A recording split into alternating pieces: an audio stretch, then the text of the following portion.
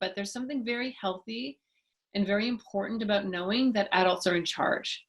And that has really changed in the last 25 to 30 years. So there's a couple of things that are happening. Parents are trying to parent in ways that worked on us when we were kids and trying to figure out, why isn't this working?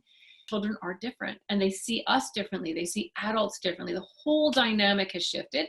And so we're trying to use methods that worked on us when we were children in a community, in an environment that supported the belief that there was this hierarchy, is essential for good mental health.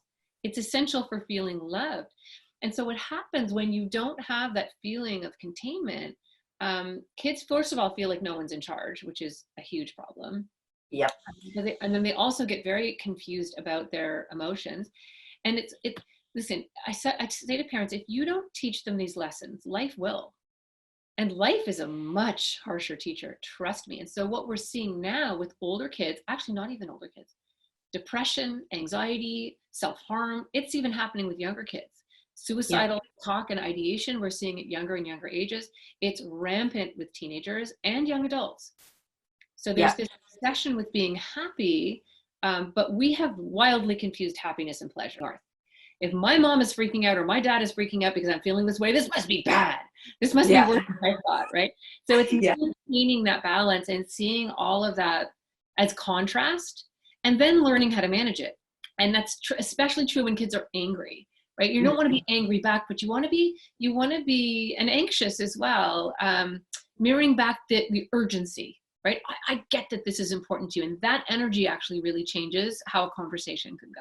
And you're literally chemically changing your child, but also, you said it a second ago, you get the same benefits, right? The cortisol blocking. It also speeds up neuroplasticity, actually makes your children smarter, because children who feel very comfortable, very loved, very seen, and very heard now feel like they can take risks and they can take chances. So it has a huge impact on learning. This technique can bust a tantrum like nothing else, and it can diffuse a meltdown. It really is. Like, you'll look around and go, how did I get this superpower? This is crazy. Sometimes it won't work, but a huge majority of the time it does.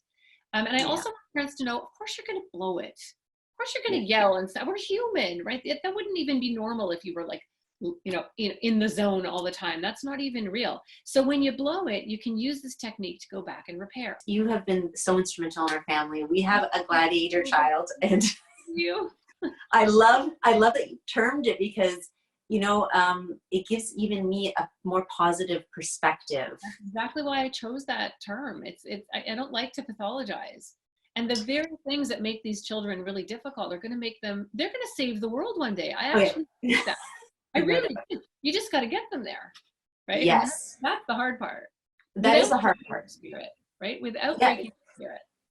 Yeah, 100%. And it kind of goes back to that front, where their frontal lobe for the first 18 to 25 years.